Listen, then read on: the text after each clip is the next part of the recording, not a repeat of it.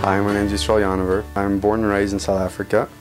My family moved to New York when I was about 16. I'm now made Aliyah to Israel. I'm serving in the 12th Golani Brigade, and I'm a lone soldier, and I'm loving every day.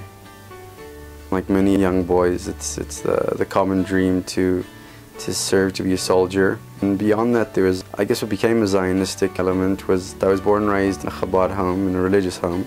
There's always the Holy Land, and there's always that honor for the land and that respect and the desire to go there. So I guess that's where it started. And then as I got older, I learned more about the history and what our not so distant fathers did to get this land back and what they sacrificed for this land. And I wanted to be a part of that, so I wanted to help give. And there's also the aspect of boys my age who have to serve. It's an obligation to serve here. Not only is it an honor, but it's a bit of an obligation for me too to come join them and help them.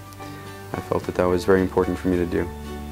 I did fight in Chayal in Protective Edge in the last war/mission, and thank God my unit made it out whole. We didn't get too badly injured, but when we made it out, I went up to Tzwas to visit my brother who was working there, and he told me that every day he would go by the graveyard, the soldiers' graves, to visit one boy who was buried up there. And so he took me there to his grave, and we were standing there. I was reading it, and I saw written in the grave is the name of the mission, the name of the war, in Chayal. And until now, it was like, I was in the war. This is like the first time it was engraved in stone, and it was engraved in someone's stone. And it would really hit me that what I'd done was very real. Where it could have ended, and how important and how worth it really is. When I came to Israel, my plans, my dreams was to just commit to the army, make it my home, make it my family. If someone has to stay on base for Shabbat, I would have no problem volunteering for that, and going to go for special forces, go all the way 100%, just go for it. Like what happens very often, people make plans and God either laughs or he changes them a little bit, and I met a girl who was on my program, and I decided that this was an opportunity I couldn't miss. We've been going out now for almost 2 years. We're engaged to get married soon. We're very excited, very nervous. When we were inside Gaza during Mission Protective Edge, I'd already been engaged for about 2 months, and we were waiting on the army to set a date. We wanted to know when would be a good date to choose. And we went in, I still didn't know when I was getting married. And the entire time I was in, no matter whatever the situation was, the first day we were lying there and they were busy firing mortars at us, and we were ducking there for cover in 360 degrees, and we were lying there for like an hour not moving, just covering the entrance to a tunnel. And I was just thinking, it would be nice to know when I'm getting married, and I can't wait just thinking of my fiance.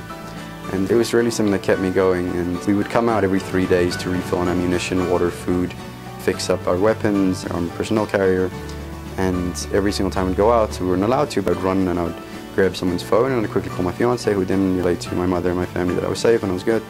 And my dream was that one of the times I'd come out and they would say, guess what, you're getting married on this and this day. And it was actually the time when, after my commander of my platoon got wounded and we were fired on, he got some shrapnel from the bullet in his arm, and we had to take him back in. And we came out, and I called up my fiance first, and I spoke to her. Then I managed to call my mother, who was overseas, and my mother says to me, did Chaviva tell you when you're getting married? And I said no, she hadn't. And she says, yeah, we set a date, the 20th of December. And I just been almost 2 weeks now in a war, friends wounded. I suppose very traumatizing, and that made me cry. It was a really, really special moment, and when I went back in to Gaza with a big smile on my face, and I knew that that was it, I was coming back out. There's no questions, we're going to make it through, and I'm going to make it to 20th of December.